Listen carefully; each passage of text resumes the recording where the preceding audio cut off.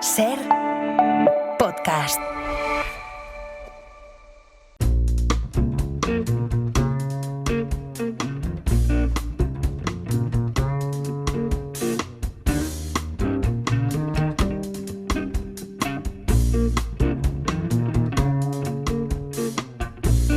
Expediente Precedo. En Hora 25. Con Javier Casal.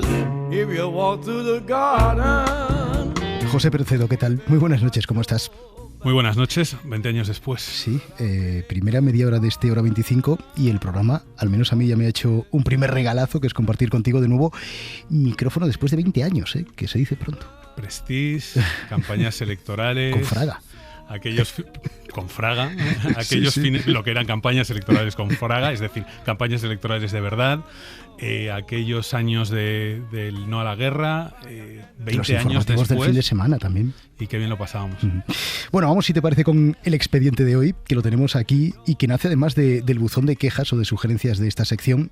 Algún oyente nos reprochaba que hubiésemos contado hace algunas semanas que hay jueces obligando a través del derecho de rectificación, que ya hemos dicho que en la práctica es un derecho de réplica, a publicar informaciones que son falsas, y que no hayamos recordado que en ocasiones también los jueces consideran veraces informaciones absolutamente falsas publicadas por los periódicos. Vamos a intentar, si te parece, explicar esta paradoja, cómo puede ser esto, ¿no? Que una información falsa, con datos erróneos, pero que puede ser considerada veraz por los tribunales.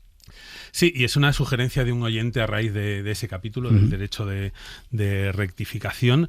Y puede ser pertinente en esta época de fake news, de medias verdades, de mentiras completas, para hacer un poco de pedagogía de nuestra profesión. Seguro que hemos leído alguna vez pequeñas batallas entre algún aludido que se queja de que una información es falsa y la respuesta del medio de comunicación diciendo que hay un tribunal que la ha considerado veraz.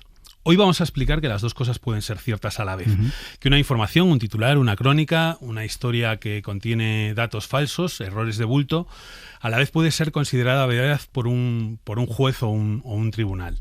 Se trata de un tema muy controvertido siempre, espinoso, que tiene que ver con la ponderación de derechos, con la libertad de expresión y el derecho a la información que están en nuestra Constitución, en el artículo 20, y el derecho al honor, a la intimidad, a la propia imagen que se defienden en la vía civil o incluso la protección frente a injurias o calumnias tipificadas en el Código Penal. Es un debate realmente muy interesante porque todos los periodistas, ¿no?, sabemos que la libertad de expresión es sagrada y además los tribunales, pues en muchos casos, hacen una interpretación extensiva, ¿no?, en el caso de los periodistas, también de los políticos, pero a la vez esa libertad pues tiene unos límites, ¿no? Las informaciones que publicamos los medios deben seguir unos requisitos, la veracidad, el interés público, pero no, y esto es muy curioso, ¿no?, la exactitud.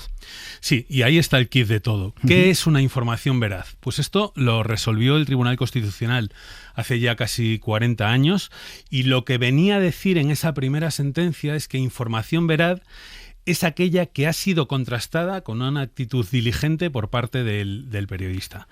¿Qué quiere decir esto? Que incluso cuando una información contiene errores o datos falsos, puede ser considerada veraz por un tribunal siempre que el periodista demuestre que ha recurrido a fuentes fiables, que se ha esforzado en contrastarla con los medios a su alcance. ¿Y por qué decide esto el Constitucional? Bueno, pues porque lo contrario, dice el tribunal, exigir que un periodista sea infalible implicaría ya de sí un límite a la libertad de expresión y el derecho a la información. Así que lo que se nos exige a los periodistas no es ser infalible, sino que pongamos todos los medios a nuestro alcance para no equivocarnos. Por eso una información falsa puede ser considerada veraz en una sentencia judicial que además absuelve al periodista que la ha publicado. Es decir, la información puede tener contenidos inexactos o falsedades, pero el periodista, digamos, ha seguido un proceso más o menos profesional a la hora de elaborar esa información. Vamos a recordar que esto lo determinó en su día el Constitucional en el año 88. Aquella sentencia indicaba e indica a día de hoy la vía a seguir al resto de jueces y tribunales españoles. Es decir, si se demuestra que el periodista ha hecho su trabajo de forma diligente, pues no se le debe condenar aunque sus informaciones contengan errores. Lo que dice el Constitucional exactamente precisamente para defender esta aparente contradicción es que lo que no debemos tolerar como sociedad es que un periodista se abstenga de publicar informaciones que pueden ser de interés público por miedo a no ser infalible y a ser condenado por ello, ¿no? Sí, está escrito en esa sentencia, 6/1988, primera sala del Constitucional, estaba como presidente Francisco Tomás y Valiente, que luego fue asesinado por ETA y otros juristas de reconocido prestigio. Esa sentencia interpreta la Carta Magna y subraya, voy a leer textualmente, cuando la Constitución requiere que la información sea veraz, no está tanto privando de protección a las informaciones que puedan resultar erróneas o sencillamente no probadas en el juicio, sino estableciendo un específico deber de diligencia sobre el informador a quien se le puede y debe exigir que lo que transmita como hechos haya sido objeto de previo de contraste con datos objetivos, privándose así, dice la sentencia, de la garantía constitucional a quien, defraudando el derecho de todos a la información, actúe con menosprecio de la veracidad o falsedad de lo comunicado. Lo deja bastante claro. El ordenamiento, según esta sentencia, no presta su tutela a tal conducta negligente, ni menos a la de quien comunique como hechos simples rumores o, peor aún, dice el tribunal, meras invenciones o insinuaciones insidiosas, pero sí ampara, en su conjunto, la información rectamente obtenida y difundida, aun cuando, y esto es lo importante, su total exactitud sea controvertible. El Constitucional entiende que las afirmaciones erróneas son inevitables en un debate libre, de tal forma que de imponerse la verdad como condición para el reconocimiento del derecho, la única garantía de la seguridad jurídica sería el silencio. Llamativo esto, ¿eh? Sí, y en esa misma sentencia, que insisto, es la que guía a todos los tribunales cuando tratan asuntos parecidos, dice el Constitucional que el derecho a comunicar información veraz, aunque no deja de amparar las afirmaciones controvertibles, sí requiere que quien las transmita tenga una específica diligencia, ya que el derecho constitucional, dice la sentencia, no ampara no ya solo la información que se sabe inexacta por quien la transmite, sino también aquella información difundida sin contraste alguno con datos objetivos y carente de toda apoyatura fáctica, si se revela después como no acreditada en el curso de un proceso. Bueno, es farragoso. Es muy farragoso, pero lo que se entiende bastante bien. Con el derecho en la mano, con la admisión de esta evidente contradicción, pues está claro que se salva al periodista de no ser infalible, pero también se pueden ocasionar, José, daños reputacionales graves a empresas, a políticos, a personajes públicos de los que se informa, ¿no? Y aquí vamos a referirnos a hechos recientes porque el colmo de todo lo anterior es cuando la veracidad de una información falsa está avalada por fuentes que debieran ser fiables, pero que se corrompen. Y esto tiene un nombre en la historia reciente de España, es la policía patriótica en el gobierno de Mariano Rajoy, recordemos, un grupo de comisarios corruptos que actuaron para perjudicar a rivales del PP, fabricaron dosieres contra dirigentes de Podemos, también contra independentistas. La izquierda llamó a todo aquello casos de lawfare, que le hicieron mucho daño, aunque las sentencias se quedaran en nada por la mera tramitación en los tribunales y el recorrido que tuvieron en los medios. Hemos escrito un montón de esta derivada. Hoy lo que nos queremos centrar es en cómo esos comisarios corruptos no solo contribuyeron a manchar la reputación de dirigentes políticos que no eran de la cuerda del gobierno, sino que su propia condición de altos funcionarios sirvió para que las informaciones publicadas por algunos medios fuesen después consideradas veraces en los tribunales. Y sirvió también para que las víctimas de esas informaciones falsas tampoco pudieran ser resarcidas, ni con indemnizaciones, ni con condenas de quienes los injuriaron, porque se trataba de comisarios de policía, y aquí está la clave. Los jueces concluyeron que los periodistas actuaron diligentemente porque se basaron en fuentes a priori fiables, aunque luego se demostrase, y ahora sepamos, que esas informaciones eran falsas y que los comisarios que las propiciaban eran corruptos. Otro ejemplo, lo de Xavier Trías. Sí, es un ejemplo paradigmático. La cuenta de Xavier Trías, la cuenta en Suiza, publicó El Mundo que tenía 13 millones en ese paraíso fiscal. Trías lo desmintió inmediatamente y de forma muy tajante. La información a la postre se demostró falsa, pero el diario y sus periodistas se libraron de la condena precisamente porque esa información, esas filtraciones salían de la cúpula de la policía corrupta. Hoy también otro alcalde, el de Barcelona, se ha visto señalado en un presunto caso de corrupción. Según el diario El Mundo, Xavier Trías tiene una cuenta... Me quedo atónito, le digo, oye, pues diles que si publican esto me voy a querellar, porque es una falsedad total, ¿no? Y bueno, Me dijo, oye, pues se lo he dicho y me han dicho que lo van a publicar. Bueno, pues me encontré al día siguiente que publicaban que tenía 13 millones.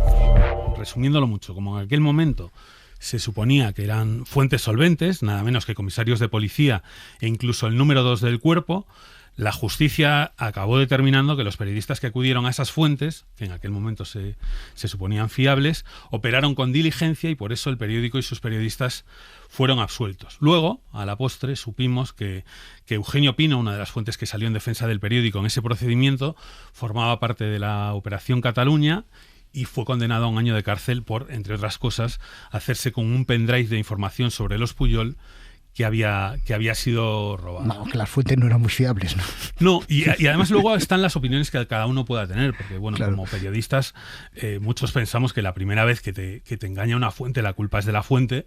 La segunda y la tercera, la culpa. Hombre, ahí ya... igual ya es un poco de todos, poco nuestra, ¿no? Sí, tal vez. Y hoy que ya sabemos que esos comisarios fabricaron dosieres de todo tipo contra rivales del Partido Popular, con Jorge Fernández al frente del ministerio, sabemos además que los tribunales eximan de culpabilidad a un medio, aun siendo tan controvertida esa decisión, tampoco impide que el medio pueda pedir perdón cuando comete un error, por mucho que la justicia lo exonere y al medio y al propio periodista, ¿no?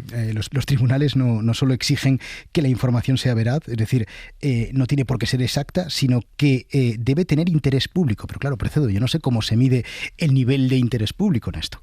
Sobre todo ahora claro, y con todo lo mezclado que está todo, ¿no? No hay una respuesta única, se trata de un concepto difuso, el del interés público, que además a veces se invoca de manera, vamos a decir, tramposa. Yo sí creo que la mayoría de periodistas sabemos lo que es de interés público. En todo caso, hay sentencias muy interesantes que establecen límites. El Constitucional ha dicho varias veces que no cualquier cosa que diga un personaje con notoriedad debe ser considerado de interés público. Yo he elegido una sentencia sobre alguien que ha estado en los medios durante décadas, Jimmy Jiménez Arnau, y un crimen que sobresaltó a todo un país, el de los marqueses de Urquijo, en 1980, por el que acabó condenado Rafi Escobedo. Bueno, 5 años después de ese crimen, se publicó un artículo en la revista Cambio 16 que llevaba por título El prepucio del marqués. La columna citaba un libro titulado Las malas compañías que escribieron Jimmy Jiménez Arnau y Mauricio López Roberts y contaba cómo un empleado de la mansión de los marqueses tenía que prestarles todo tipo de cuidados, incluido lavar sus partes íntimas. Mauricio López Roberts, yo me lo encontré un día hablando solo por la calle, jurando, ¿no? Alá. Y digo, ¿qué te pasa, Mauricio? Yo estuve 8 años con él en el colegio y dice, me han arruinado. Los Urquijos me han arruinado con esto. Porque a mí un buen día me llega Rafael Escobedo, Javier Anastasio, me cuentan esto y como tardé más de las 72 horas que determina la ley para presentarme ante la policía judicial y aunque voluntariamente fui a declarar, me han procesado y estoy arruinado. Digo, muy bien, Mauricio, si algún día tienes que declararles o algo, cuéntamelo a mí, que yo sabré ponerlo en páginas. Además tengo un gran editor que es Lara y yo creo que esto lo podemos sacar adelante. Y yo quiero mucho a Mauricio y le he ayudado. Además lo he hecho por dinero. El empleado en cuestión acabó presentando una demanda por intromisión en el honor y tanto la revista como el autor del artículo esgrimieron que esos detalles tenían interés público incluso a la hora de resolver el crimen. Bueno, al final de todo el procedimiento, el Constitucional acabó avalando la condena a la revista y al autor con una sentencia muy dura donde dice cosas muy interesantes. Voy a leer textualmente. Al margen de que las veladas insinuaciones inculpatorias contenidas en el artículo periodístico son fruto de una postilla de la propia revista y no mera reproducción de lo declarado por el señor Jiménez Arnau, no es menos cierto que con su publicación, Cambio 16, ha contribuido a dar a la información facilitada por aquel una difusión que ha ampliado expansivamente los efectos de la intromisión en el honor del señor XY, el empleado que demandó. Si se hubiera demostrado al menos, dice el Constitucional, indiciariamente que los cuidados dispensados por el señor XY pudieran ser uno de los móviles del crimen, entonces el honor de éste hubiera debido ceder ante la relevancia pública de semejante dato. En la medida, dice la sentencia, en que ningún indicio existe que apunte en esa dirección y todo queda reducido a la sola revelación de un dato que se difunde a los efectos de la pura chanza, Es obvio, concluye el tribunal, que ninguna cobertura puede dispensarle al demandante el derecho a la información veraz. El prepucio del marqués. La verdad es que esto hoy, Precedo, lo llamaríamos un titular que tiene gancho, un clickbait en toda regla, ¿no? Y seguro que tendría un... Cambio 16 no tenía edición digital, pero seguro que tendría un montón de visitas. Un montón de clics. Oye, Precedo, si el fútbol lo permite, que creo que sí, te veo y te escucho aquí el próximo lunes en Hora 25. Para seguir rememorando los 20 años. Por supuesto. Cuídate. Gracias. Adiós. Para no perderte ningún episodio, síguenos en la aplicación o la web de la SER, Podium Podcast o tu plataforma de audio favorita.